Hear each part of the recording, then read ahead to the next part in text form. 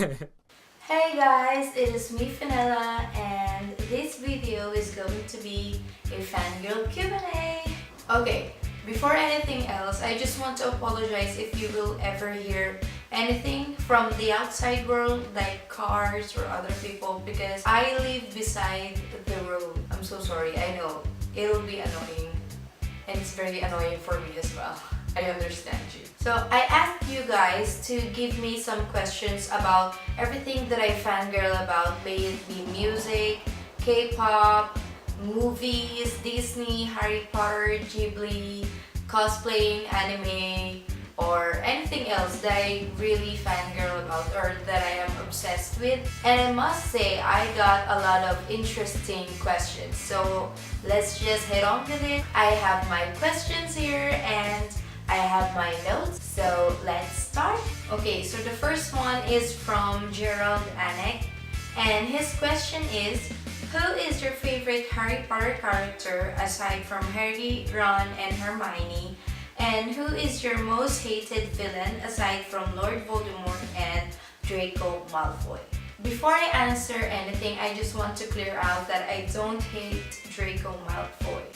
So, first part, my favorite character or characters, because if you know me, I can't choose one, from Harry Potter is of course Luna Lovegood and Professor Snape or Severus Snape. And I know that this is not technically Harry Potter, but it's still part of the wizarding world of Harry Potter, so I will include my favorite characters from Fantastic Beasts. And the first one from Fantastic Beasts is Newt Scamander. I like Newt Scamander because he's like my dream guy. He is a perfect blend of nurturing, awkward because I love my awkward guys, and intelligent because intelligence is sexy.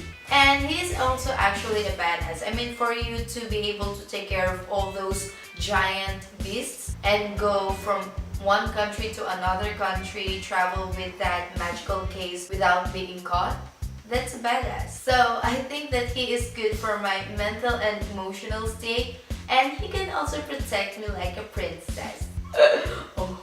And another favorite from Fantastic Beasts is Credence. I just want to hug him, and I think he is just so misunderstood, and his characters have so many layers. And I am 90% sure that he is still alive. I mean, did you see that last part? And I don't think that they will put that there just for the graphics. He is not dead yet. The next part for his question is my most hated villain. Of course, my hated villain is Dolores Umbridge. Let's proceed to one of my most favorite person ever, my best friend, Leverlee Mae Quiambao. And let me just say this is going to be very long because she asked me a lot of questions. Okay, so her questions are, how did you start being a cosplayer? And please give some advice for those people who are shy because of being an otaku, and some advices how to be you. I don't know about the last part. I actually don't want to answer that, but she specifically told me that I need to answer that, so let's just go. Okay, so if you don't know, I am a cosplayer. I don't know what sound that is. And this is the origin story of Cosplayer Fang. Ever since I am a young girl, I really love dressing up, making them look like costumes from my favorite characters, but I don't know that it is cosplaying, or I don't know the term cosplaying yet, and I don't know any convention. I went to college. I joined an organization in my university, which is Theater Guild. I met Sheena Quizon and her sister Cyril Quizon. They are twins, obviously, and they told me that, hey Fen, there is actually a convention for otaku and cosplayers. So I was like, and I decided to join them in my first ever convention, and I dressed up as Yuki Cross from Vampire Knight, and I really enjoyed it, and I just don't want to stop. Next part is some advices for those who are shy of being otaku. But I'll just say this first, I don't actually think that being an otaku is that much of a big deal right now, unlike before. I just have 3 points for you. First one is don't be yourself. Be happy with the things that you love. Number 2, look for otaku friends. May it be online or real life, it's okay. And number 3 is know the right place and the right time to be an otaku. Or I mean, to express your otaku-ness. Not every otaku is like this, but I met many otaku who doesn't know how to behave. I mean, it's alright, and I know the feels that you just want to be a fangirl 24/7, but you also have to learn how to chill. Discipline, guys. Discipline. And the last part for the question from my best friend Leverlee is how to be me. Okay, I'll just give you 5 main points for this. Number 1, have a huge hair like mine. Number 2, have way too many skills and way too many hobbies. Do you know the thing, jack of all trades and master of none? Number 3, be an extreme extrovert and extreme introvert at the same time. That's why I don't have many friends. Number 4, be weird. I don't know why people say I'm weird, but I don't think I am. I'm not weird, right? That's not weird. And number 5, the reason why we have this video is be an obsessive fangirl. Okay, enough from Leverlee. Let's go to the next question. And this one is from Cleo Canlas. And her question is, how did you discover K-pop, especially 21? Okay, so my first exposure to K-pop is when I played Taylor Mackenzie from High School Musical 2 The Excerpt, and one of my co-actors showed me the music video for G by Girls' Generation or SNSD. She showed me this video because she wanted me to dance it with her. No. But it was too cute. I mean, I'm not a fan of Girls' Generation because I don't like those kind of stuff, but I respect them so much and I know that they are legends. And I discovered 21, which is the reason why I became a K-pop fan. I only became a K-pop fan because of 21. I was watching Mix, enjoying my local Rico Blanco time. I saw Sandara Park, which is Dara Park in Korea now. That was the music video of 21 for Fire. And I was very blown away. Let's go now to the questions from Quizon Liryc, who is Cyril Quizon, but she is Quizon Liryc on Facebook.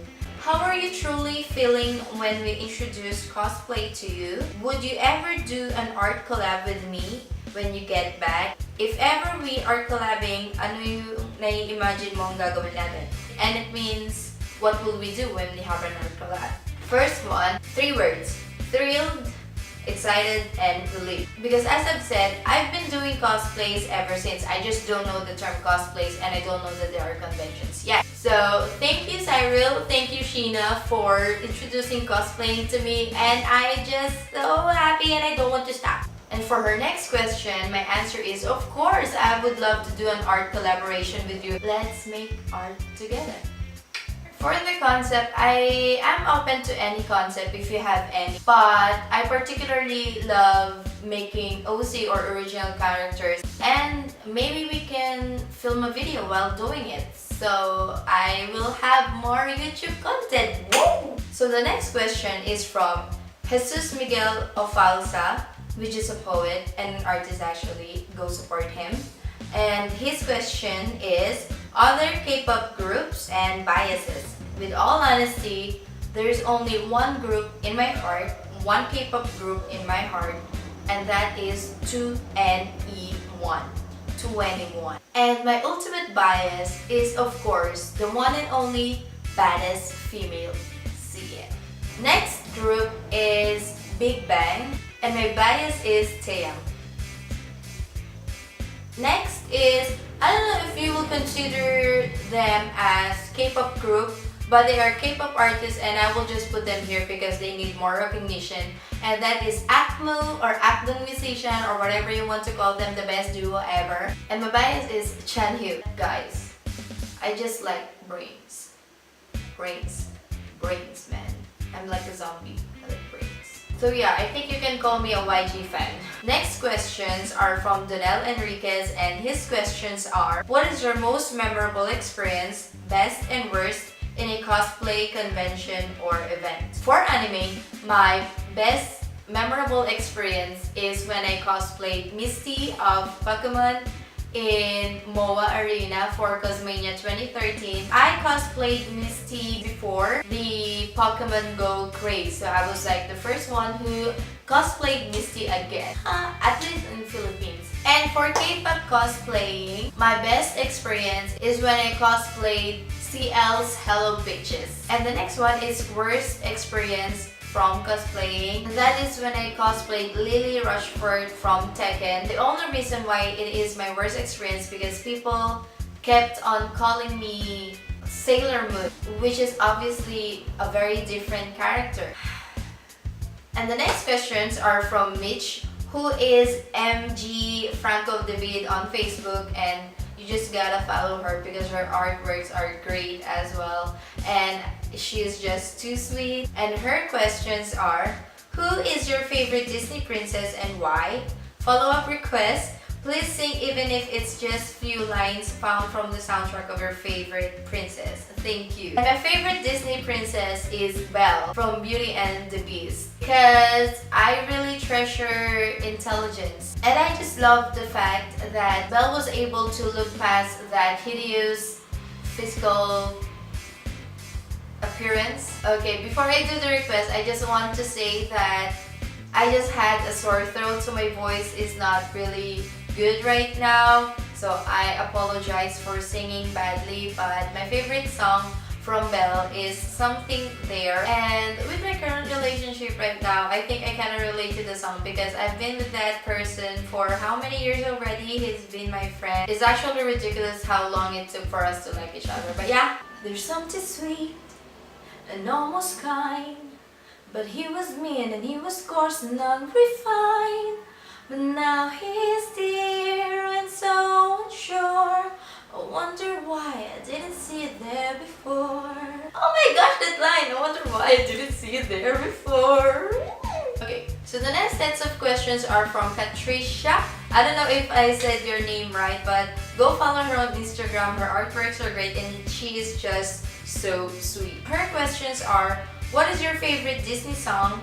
And what Ghibli movie would you recommend? Oh, okay, this is very hard because I really love all the Disney songs, but I'll just give you top 3 of my favorite Disney songs. One is Go the Distance from Hercules. Number 2 is How Far I'll Go from Moana. Number 3 is not the classic style of Disney movie, which is animated and fairy tale, but it is technically a Disney movie, and that is High School Musical by High School Musical 3. And the Ghibli movies that I would recommend, these are mostly the popular ones and the main ones because I think if you want to get into the fandom of loving Ghibli movies, these are the first movies that you should watch. They are La Puta, which is my favorite, Castle in the Sky. Number 2 is Kiki's Delivery Service. Number 3 is of course the award-winning Spirited Away. Number 4 is My Neighbor Totoro. Number 5 is The Tale of Princess Kaguya. The Tale of Princess Kaguya is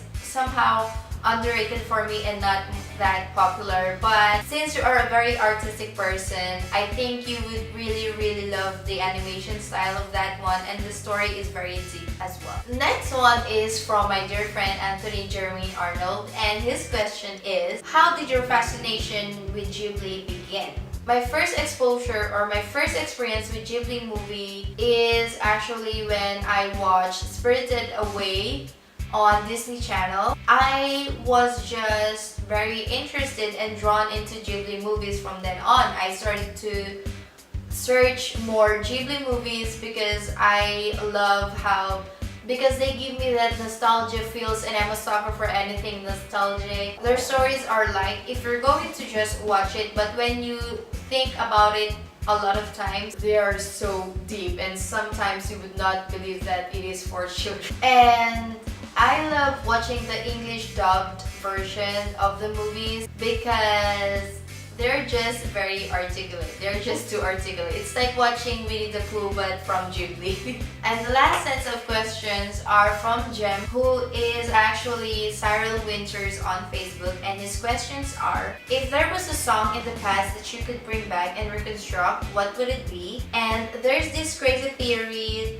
about Disney movies that they're connected somehow. So how can you connect all of them? So for the first one, I will not change any song from the past even when I hate the song, because I respect the artist so much and all the people that are involved in creating that piece of art, that piece of music, that there is of course a reason why they made it that way. It is their artistic expression. Maybe I will change some arrangement when I cover them, but then it will not be the song itself. It will be the cover of itself, if you know what I mean. The next one, I am actually excited for this question. And actually, if I'm going to explain the Disney theory, it will need another individual video. So I'm going to link the videos of the Disney theories down below, and you can definitely check them out, and I recommend that you do. And the Disney theory is actually a timeline theory, and I linked the video from the theorizer explaining the Disney timeline. Since Pixar is bought by Disney in 2006, I also included the Pixar theory, which is mainly saying that Boo from Monster Incorporated is actually the witch from Brave. And my favorite Disney theory is actually the theory between Beauty and the Beast, Tarzan, and Frozen. Basically, they are saying that Jane from Tarzan might be the great-great-great-great-granddaughter of Belle from Beauty and the Beast. And the connection between them is explained by the Duke of Whistledown or Westleton or whatever you want to pronounce it. And another one from that particular theory is saying that Tarzan is actually a prince of Arendelle. So it means that Tarzan, Elsa, and Anna are actually brothers and sisters. And I'm not going to explain why or how, you just have to watch the video down below. And that's the end of this video. I really enjoyed answering all of your questions, so thank you very much for those who sent me your questions. I hope that you enjoyed watching this video as much as I had fun filming it. And I really want to do this one next time. And I'm actually curious about your answers as well. So feel free to answer any questions here down below. And don't forget to like or give this video a thumbs up if you enjoyed watching it. I hope that you did. And subscribe so that you can be my net friend. That would be really awesome. And share to your friends if you want to, so that we can all just fangirl together. And I hope that you'll have a great day. Bye!